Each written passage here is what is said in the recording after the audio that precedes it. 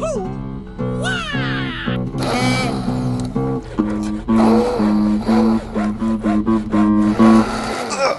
her go, Jim. He's dead.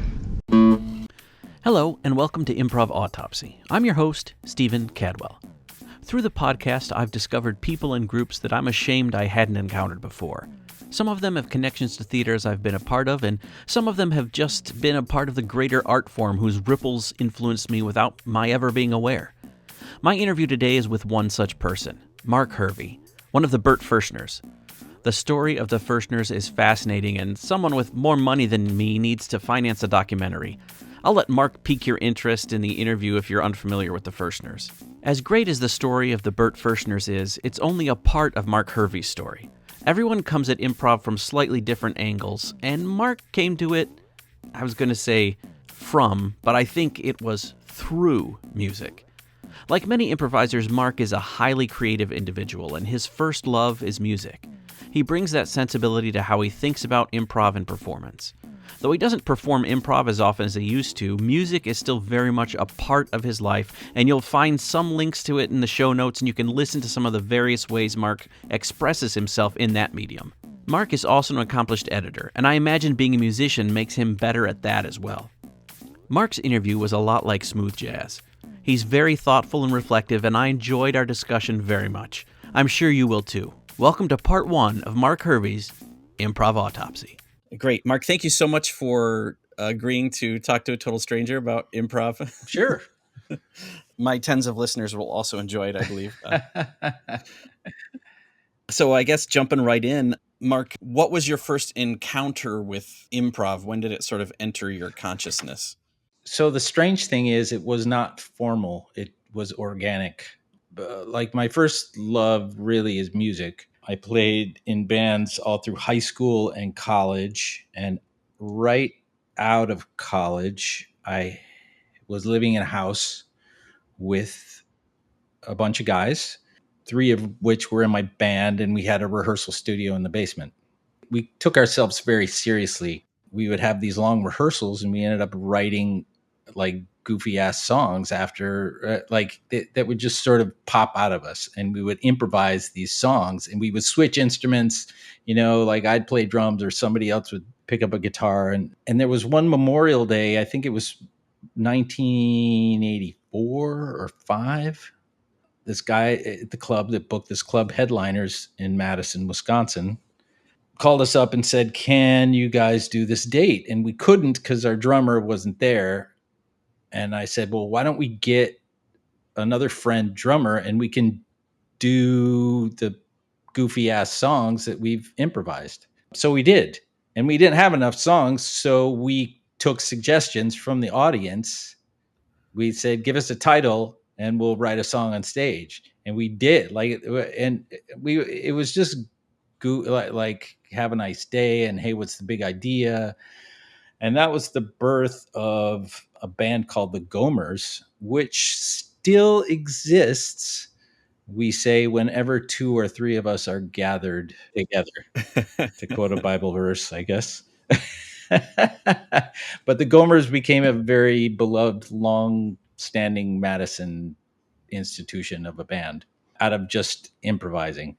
And it was probably a year or so after that I saw my first, at the time, theater sports show in Madison. A good friend of mine, Brian Capel, had joined, and he was trying to get me to come see this show.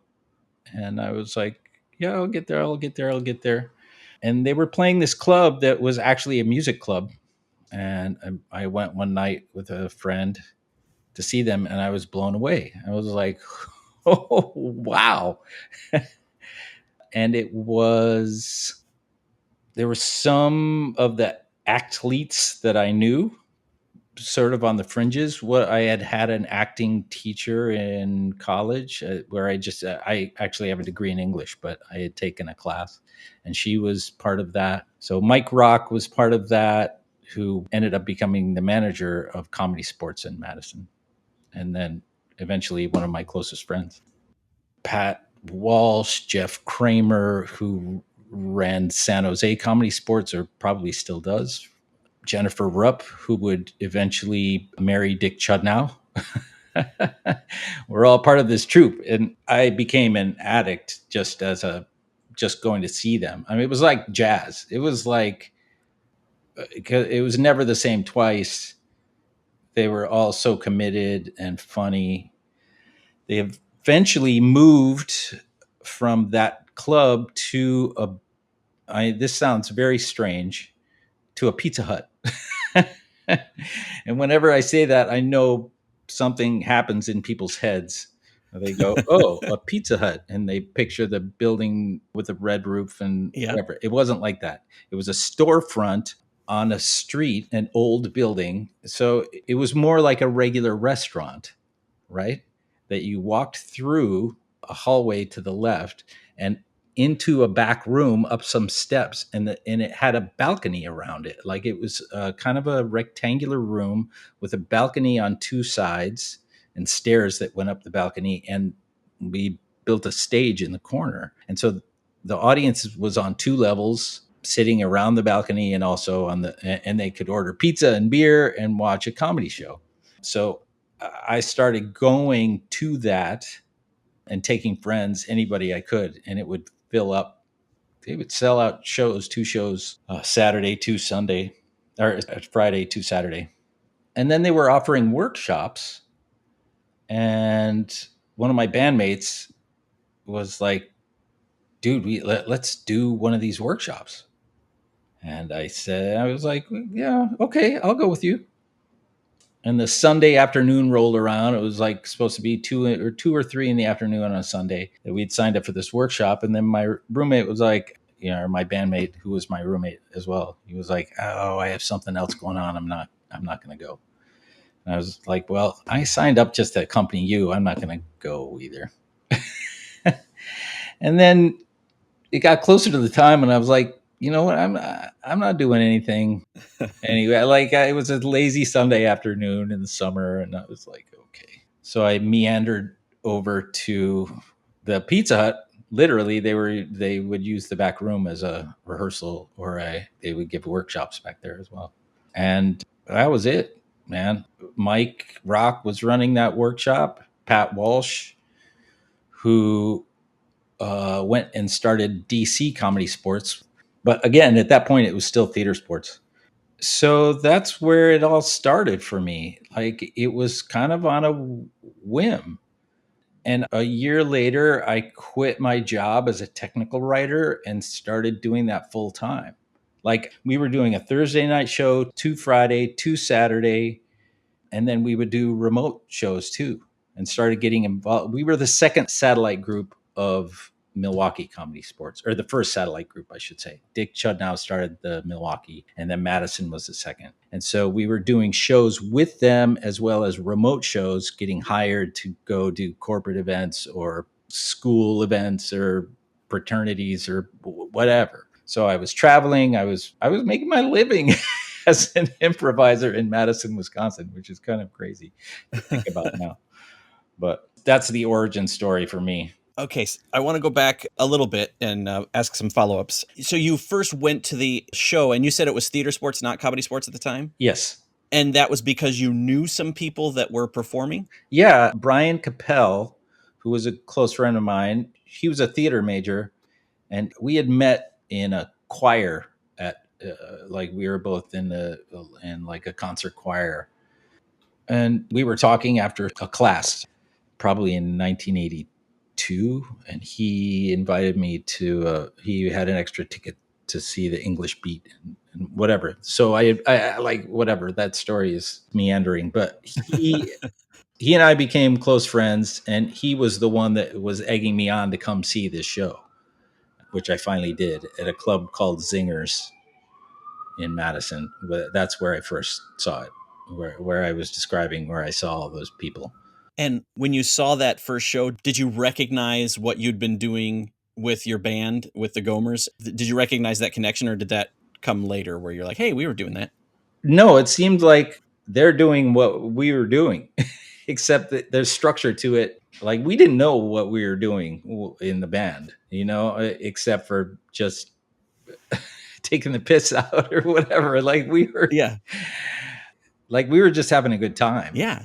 but this had a structure to it. The audience was into it, and they were actually even more involved than just giving us the title of a song. The magical thing that actually ended up happening was that probably 2 years after the Gomers improvised show, they became the house band for Comedy Sports. So they were improvising, like we didn't just have a keyboard player where we improvised songs. We had a band. Like we had a guitar, bass, drums, keyboard that like it was a juggernaut. Like it was a it was a blast. Yeah, that's amazing. And so of course I wasn't a member of the band at that point. Like I was improvising, but the band grew, and I'm still a member of the band, whatever. Once you're a member, you're always a member.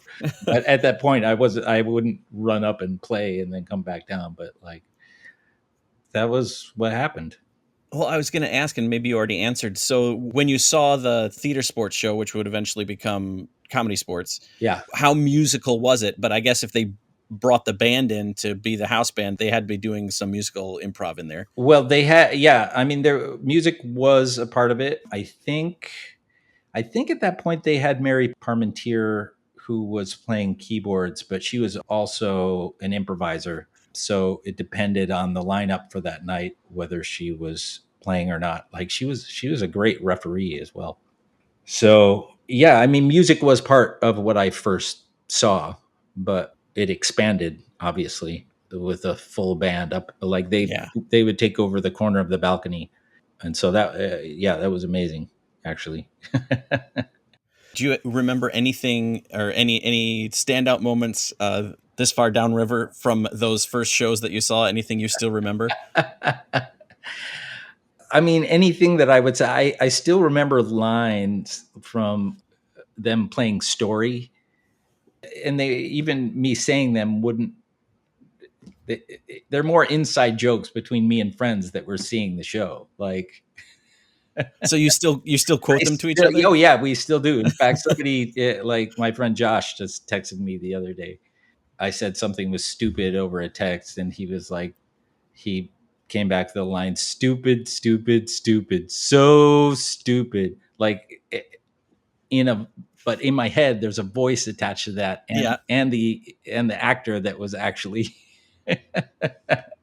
saying it. So like, and they're all like inside jokes. I mean, improv, it's so it only exists when it does. It's like music in that sense. Like, Yeah.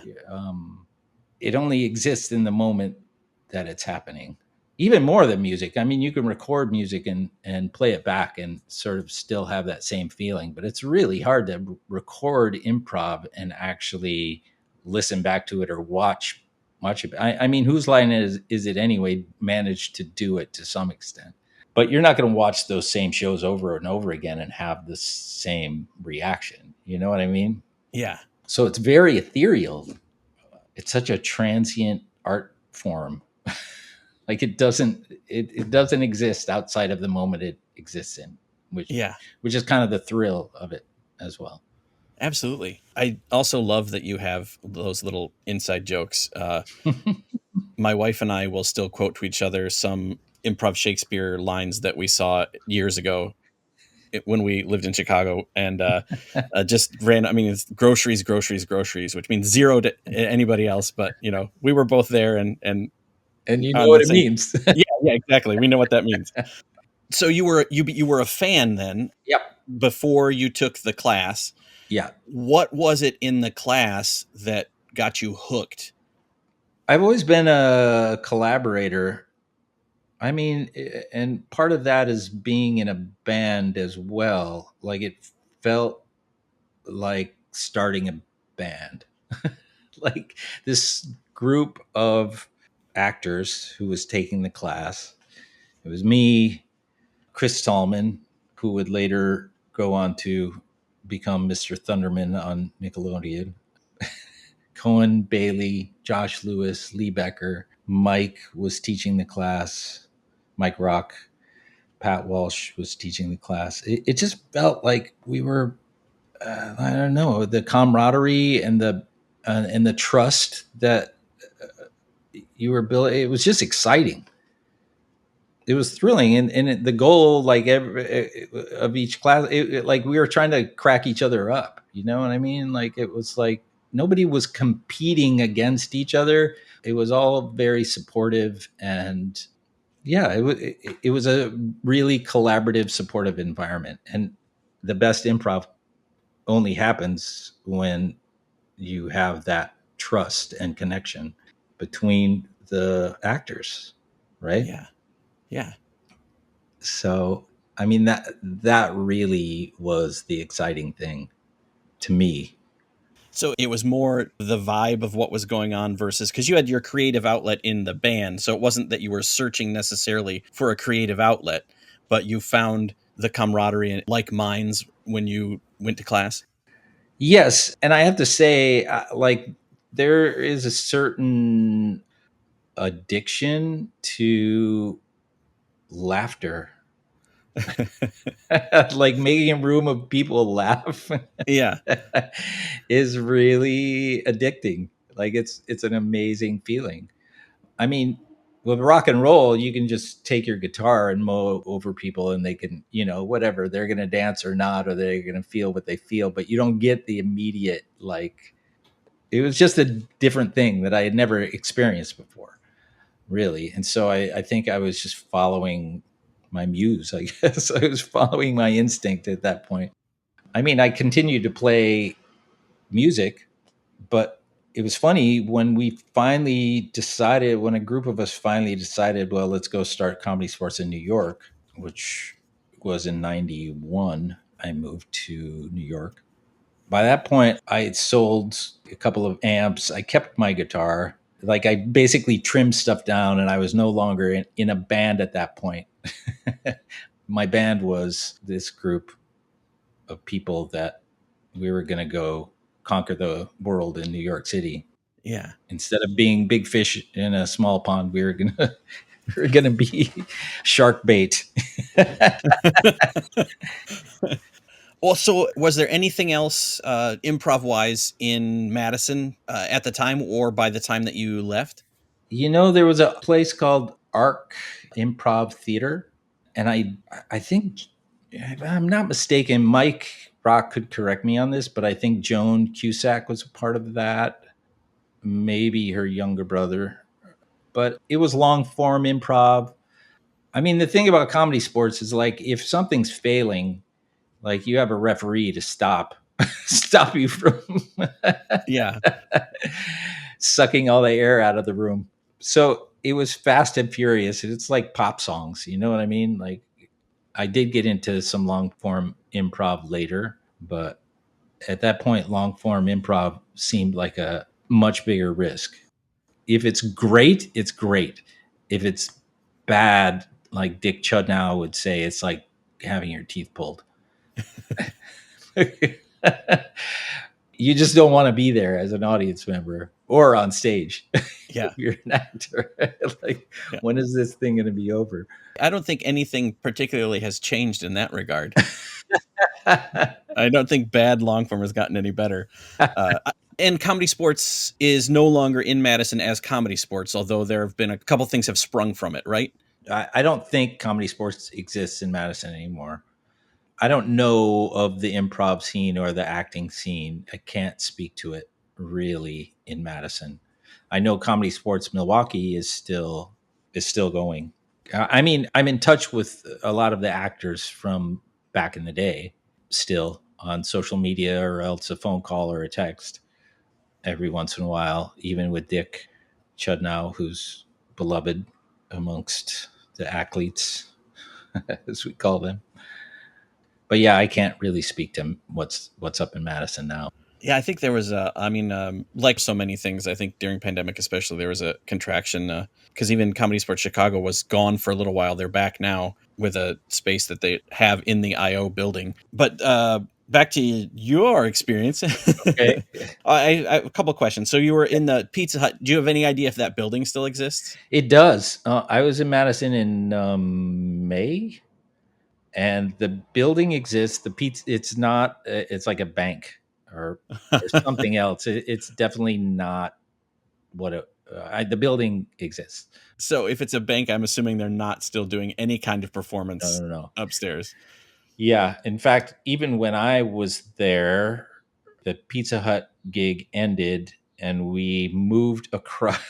This is going to sound even worse. We moved across the street to a Wendy's. And it was, but again, it was upstairs. It was a room upstairs.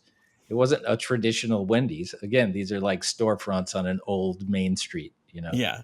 and it was this big room upstairs where, the stage like backed up to the windows that looked over the street, and it was great. So whatever like you take space wherever you can find Yeah. space, and you can get crowds in. Yeah. So It doesn't hurt to have food on premises. it does not. It did help to have beer, I think, at the Pizza Hut, but Yeah. the Wendy's did. They just had their Frosties, I guess. Yeah. What you call them. Probably better for dipping fries, but not as good for other things. And that's exactly what I was going to ask, because I had just talked to someone that visited and was talking about being above a Wendy's, and was trying to figure out, okay, were they mistaking the Pizza Hut for the Wendy's, or was there a chronology there where it was Pizza Hut, Wendy's, in some Yeah. sort of order? So Yeah. And by the time I left in 91, I think soon after they got their own space for a while, a little further up the street. So that was kind of the dream. yeah. I don't know how long. I think that lasted probably 5 or 6 years. I really don't know the fate or why Madison ended. Like, I know it wasn't pandemic. I mean, it didn't last that as long as 2020 for sure. Well, so Atlas Improv exists in Madison, and they Okay. seem to be connected somehow to Comedy Sports back in the day. It says it was founded by Mary Parmentier. Yeah, Mary Parmentier. Yeah, she was, like I said, the original keyboardist for. Oh, okay, yeah. So, and probably Brian Judkins. Yes.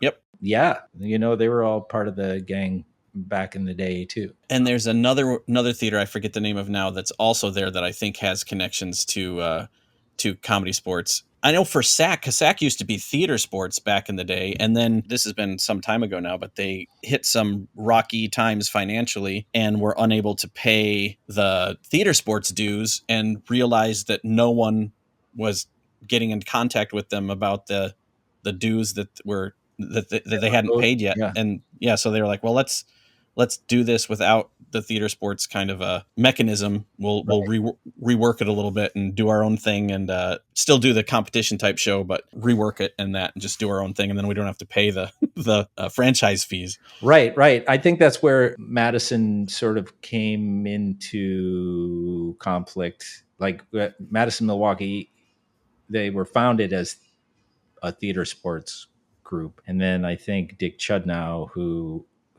had started the theater sports in Milwaukee, who was part of Kentucky Fried Theater back in the day.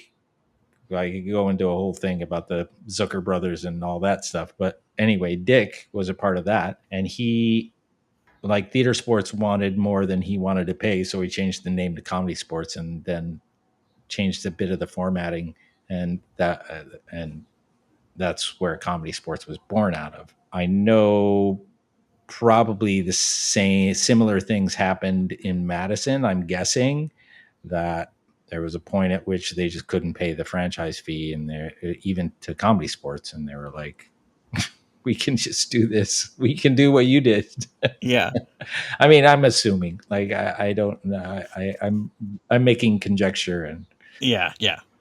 Well, and so in that sort of vein, then, when you and your cohorts moved to New York, you said it was with the idea that you were going to start Comedy Sports New York. That was the goal. Yeah, and we did. And I think Dick was kind enough to sort of realize that we weren't going to be paying any sort of franchise fee for a little bit, Right. to sort of give us a start.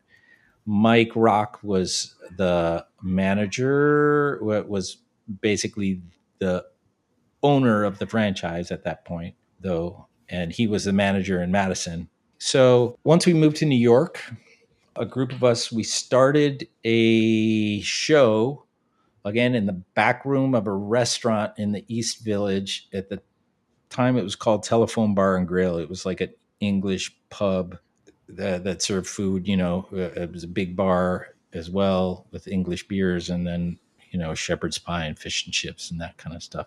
There was a small back room that we could fit maybe 35, maybe 40 people standing if there's some standing room in the back, and a tiny stage. But we made it work, and we would do, I think it was a Thursday. Did we do Thursday night shows? Don't quote me on that. Although I don't know how you not quote me when it's actually recorded. Quoted. I don't know. Anyway. So we did Thursday nights, and then we pulled in crowds, and it was fun. We had another location for a little bit in a different restaurant, like in a downstairs room. We also did shows, remote shows, special shows, corporate shows around the area. But I definitely was not making my living in New York doing comedy sports. I was waiting tables at that same restaurant. That was keeping me alive. But then the thing that happened was that we started writing, and we would invite audiences to stay after the show if they wanted to. And we would do 10 minutes to 30 minutes of sketch comedy. And we called it the post-game show.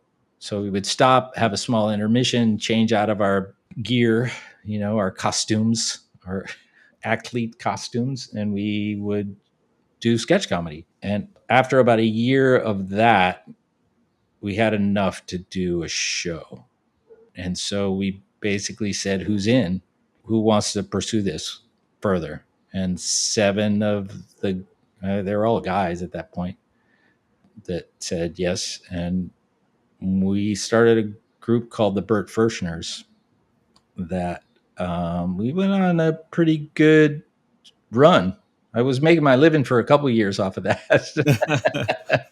So that was really the core of that, was still all of the Madison comedy sports improv people that had moved to New York. So you hadn't been doing any writing before the move? Not really, not seriously, and not really, and definitely not performing it. No. And what was the impetus to begin doing that when you were there?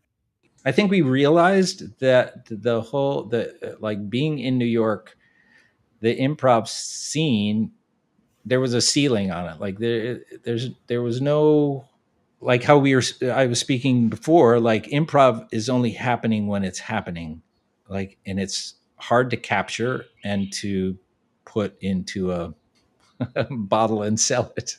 Yeah.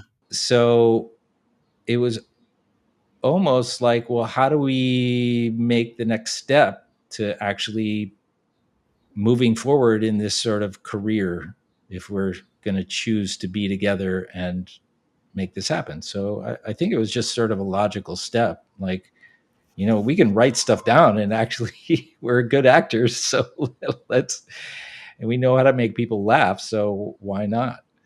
Do you think that anything like that would have happened had you stayed in Madison, or because you were making a living of it in Madison, you really needed to be in a place where you needed, I guess what I'm asking is, was it the desire to be making a living doing that thing that drove you all to get into sketch and to start doing sketch? Or did you have the Comedy Central pilot on your radars, like that's a goal?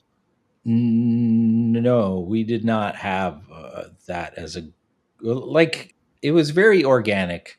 I don't think we would have, well, we may have, but I don't think we would have started writing if we had stayed in Madison. Like, being in New York, having to hustle but also being around everybody else who was hustling, and like it was a super creative time and a really interesting, like the East Village was still rough and tumble where it's really gentrified now. You couldn't walk down a block without being asked to be being sold drugs in one form or another, mushrooms or weed or LSD or whatever. And we were just in the mix of it. I mean, like when the first year started, in like our first show was like in May of 1995, I want to say. So it was 4 years after we had moved to New York. So it wasn't a huge amount of time. The theater next to us was workshopping Rent, you know, and our friend Jesse was in the cast. You know, it was like you were just around all this creative environment. And plus, then, you know, Ian Roberts and Amy Poehler and Matt Besser and Matt Walsh all came to New York as well from Chicago to start Upright Citizens Brigade. So we were hanging out with them. Like that's when you know, we would go and do their show and whatever. Like even Jason Sudeikis, his first stop was at Comedy Sports in New York. Yeah. Like when he moved, you know, there was a club down on the Lower East Side on Ludlow Street that on every Monday night there was comedians and sketch comedians would go to try out new material. So we were constantly trying new material there, and with Mark Maron regularly coming there, and UCB was trying stuff there, and Janine Garofalo. Like it was just like all of the, you know, the Sklar brothers. It was just like this creative hotbed, and it was bubbling. And also Saturday Night Live was horrible. Everybody was like looking for the next, oh, maybe it's gonna die. And it's like the next comedy show, it's like Dana Carvey was looking at it, like all the networks were looking for the next big thing. So it was sort of like a really exciting, thrilling time to be in that scene. And I can't imagine the same thing happening had we stayed in Madison. Yeah, I just don't imagine it happening there. Not that not that we couldn't have created something funny and great, but it would have been different, definitely. Yeah. Well, and the opportunity, not as much opportunity in Madison for things to happen versus New York, but also the currents of creativity that you were riding were different in New York. Right. I mean, when you have like that first run in May of 95 that the Firstners did, that first run, like the New York Post, was it the New York Post or the Daily News, came and reviewed it, and we got a great glowing review in a New York newspaper. And then people started paying attention, and then like some executives and agents started coming to our show. And then our second run was like in the fall of the same year. We wrote a whole new show. We like and put it up at the same theater. Again, it was just like this ball started rolling. We started getting attention, agents taking us out to dinner, getting booked at Caroline's Comedy Club, you know, on the same bill as the guys from the state who had their show on MTV. It was all, you know, we had been there for 4 years, but all of a sudden it happened super fast. Yeah. Like, yeah. Were you still doing, as all this is happening, or were you still doing Comedy Sports? Yeah, Comedy Sports still existed, and we would do it when we could. But there was enough people, enough actors that could take over the show when we started doing the Firstners. So when we could, we would. When we couldn't, we didn't. Eventually, we got so busy that we just really couldn't. We couldn't carve out the time for a while. I think Comedy Sports New York still exists in some form, though. Every once in a while, I see an advertisement on social media. Yeah. So good on them. Yeah. And was it, I mean, I think it is now Comedy Sports New York as the official sort of title. Was it Comedy Sports Brooklyn, or was it Comedy Sports New York when you were? Oh, it was New York. Yeah, Okay. It was in Manhattan. So the trajectory then with the Firstners, did you get the sort of the teaser interstitial bits at Comedy Central before the pilot, or was the pilot first and then? What had happened was we got it invited to do the Aspen Comedy Sure. Festival, and they were like, we didn't at that point. We still didn't have an agent or a manager or anything, but we did it ourselves. We were like, okay, we'll fly us out to sign contracts with. It was HBO, you know. It's like we'll do an HBO special. Drew Carey hosted the special. It was with, again, like Janine Garofalo. We did like 3 sketches in the show, including tube tops, singing a song about the wonders of tube tops. If you dig on the internet, you can find our music video there. So once we got back from that, like the pressure to sign with somebody, like Comedy Central wanted us, and so we really needed representation at that point. And after interviewing several agents and managers, we signed with Dave Becky from 3 Arts, and they got us basically a contract to do a pilot for Comedy Central, as well as be on staff and write interstitials. So that summer, I believe, like I'm not great with dates, but I believe it was the summer of '96. Spring of '96, quit the restaurant business. We signed a contract. We had offices at Comedy Central right down the hallway from the guys from the state that were developing another show. The working title was the Le Pen Comedy Hour. It turned into something else again, which I forget, like Kerry Kinney and Tom Lennon, Ben Garant. So we would write interstitial stuff for Comedy Central. That's the summer we also filmed Tube Tops as a music video. You know, some people actually point to it as kind of like the precursor to all the funny music videos that now exist on Saturday Night Live. But whatever, I won't take credit for that. But, so again, I was like using my music to be able to propel some of the Firstner sketches as well, because we did a lot of music.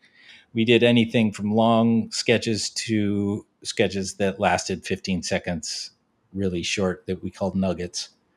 And then we developed our pilot. And the first version of the pilot that we wrote, they rejected.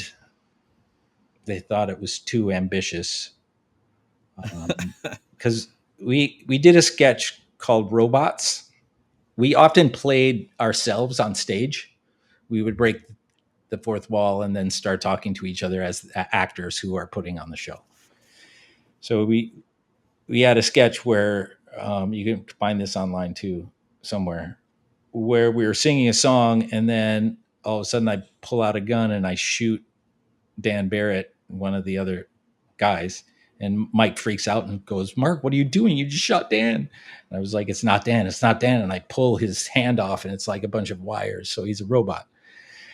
And the robots have taken over the world and they're replacing everybody with robot doubles, right? And so it's a whole like action movie sort of comedy sketch that we have to figure out as the Firstners who's real and who's not. And so we based our whole we did a whole sort of, the first pilot that we wrote was based on that sketch. So the whole thing is like recording a pilot and it's being taken over by robot doubles. Oh, So, but Comedy Central just like that script still exists somewhere and it's really good. Well, and that sketch made it into the pilot. Well, that's funny what you said. That's not the pilot. That was a special. That was a consolation prize after they didn't Oh. pick up our pilot. Oh, so did you even film the pilot then? Yes, we did film a pilot, and But that wasn't it. that was not it. That Oh. what you're referring to as the pilot was filmed the next year when our pilot was not picked up. So the pilot was just sketches that we put together, some of our favorite sketches, including the jelly truck. It ended with jelly truck. What was in there? Racquetball Rabbi. Um,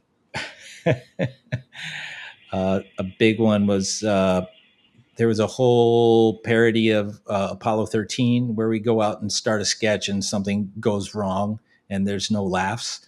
And then we have to call into control Houston and say there's a problem and there was no laughs in that last sketch. So we have to figure out what the problem was and fix it and get the audience to laugh. So those were all sketches that were part of the pilot, which were all great sketches, but it didn't quite have that unifying theme that our original idea had. Yeah. I rarely regret things in my life, but that's one I wish we could have a do-over on. Yeah. I was just talking with Joel McCrary, I believe it was, who moved out to LA from Orlando for SAC, and they ended up as House Full of Honkies, and they did a pilot out there, and when he was talking to me about it, he said when they were filming it, it was amazing, and as soon as he saw the finished product, he was like, oh no, it doesn't read, because he said it was so poorly edited, which I know that you would also break your heart. So he's like, somewhere out there's all this footage of a great thing that, when it just too many producers, there's too many fingers in the midst of it. And so that was another one. They never got picked up, and nothing happened from that. But he said it was amazing when it happened. And then as soon as he watched the cut product, he was like, nope. Yep. It's not going to happen. Yeah, no, it's amazing because with what you were referring to, the special that we did, that was really the moment where I caught the editing bug, because Joey Garfield and I, who was one of the firsters, we were sitting in the editing room. We basically were like, let's not do the special thing again. Let's do we went into the edit with the editor, who's a great editor. His name is Joe Klotz, and he's edited some great films actually. But it was in his editing bay that I saw how he could either ruin or even make better what had happened. Yeah. And it was amazing. Like, it was like, wow, like, that's cool, anyway. So flash forward to today, where I'm taking a little time away from editing to talk to you. Was it a similar, was that moment in the editing bay, it captured your imagination? Was that similar to when you first saw Improv and that captured your imagination, or was it different things at work? I think they were. I think it was a different thing. I think I'm going to back up here. Like, I never had the drive to be famous or to be seen. I don't think I have that thing. I love to perform. Yeah. Whether it's in a band or by myself or improv, I feel comfortable on stage. I feel comfortable in front of people. I love the interaction, but I never sought to be a star or to like it was never about that for me. So it didn't have the same editing definitely was not filling that sort of like, oh, the itch to perform, although I wasn't looking to be famous either. I don't know. And also the pain of not having that pilot picked up was brutal. I'm not going to talk it down. Like anybody that's been rejected in the industry, especially when everybody is saying, "Oh my God, Yeah. you guys, that was great. It's going to be great. You're going to have you're the next big thing," and then to have it be like, "Well, no, sorry guys," and then be dropped by your management company, and then get a consolation prize of a half hour special, and then like the wind was already starting had already gone out of the sails by the time we shot that special. So maybe even subconsciously I was looking for another way to not have to go back to the restaurant. Yeah. I can't say that it was a conscious choice, but I do know that it excited me. I know that like the creative process of seeing what Joe was doing in the editing room was something that interested me. I also have a little bit of type A in my personality, and I think you have to have good organization skills to be a good editor as well. And I think being a musician helps because it's all about pacing. Like being a good editor to me is about, it's like being the bass player in a band because nobody's paying attention to you, but if you suck, like you're or if you're actually taking too much of the spotlight as a bass player, you're doing it wrong. Like, you're part of the foundation, you're part of the pacing, you're part of how it move, how to make something move. Anyway, I feel like I've diverted and tangented all over the place here. Get me back on track, Stephen. You don't have to answer this at all. I don't want to dredge up any terrible Oh feelings. no. I'm good. What was there any discussion after the pilot wasn't picked up of continuing on writing another show and going back to New York and doing it at that theater, or was everyone exhausted? And was there a discussion, or did things just sort of dissipate? There was discussions. Honestly, you get 7 guys who are all close friends, but it was intense. It's hard to keep a band together. Yeah.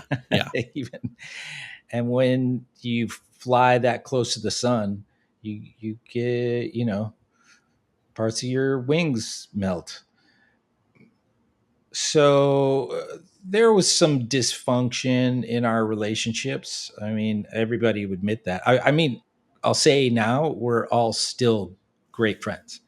Like we have a text group that we're Yeah. regularly cracking Yeah. You jokes text and stupid, yeah, so stupid to each other. So and that we're regularly in touch with each other, even though we're all spread out all over the country now. But at that time, Chris Tallman was the first to leave. He was like, "I'm moving to LA, guys."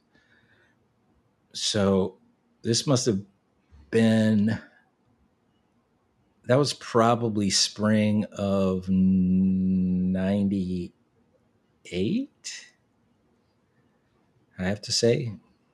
We were still writing shows. We actually did a show called The Wonder Hutch, which was the first time that we weren't doing like a Firstner show. We did it was like the Firstners Present, and it was like a adult kid show. This was before Avenue Q, but we sort of did our own version of what we thought a kid's show should be. So it had sketches, but it was all around this. But it was a live stage show. So we were still doing the live thing. We'd also booked the Edinburgh Festival in the summer of 98, and you have to book that like a year in advance. So we were still writing, performing, and doing live shows. But the tensions were building. Chris wanted to move to LA. When we first started, when we first said, like, okay, who's in on this sketch comedy thing? Everybody, we were like, everybody raise your hand, give it 5 years. And if it hasn't worked, then, move on. So Chris was the first to leave. Then we rewrote parts and shifted stuff around, and we did the Edinburgh Festival with the six of us, and we were going to continue. I mean, I I wrote a couple of specials for Comedy Central, but writing wasn't my, I didn't want to be a comedy writer. Like, it wasn't. Again, my love was performing, really, and live performing. So I think by the fall of '98, Comedy Central had asked us to write a Fershner cartoon, which, again, we still have the script for.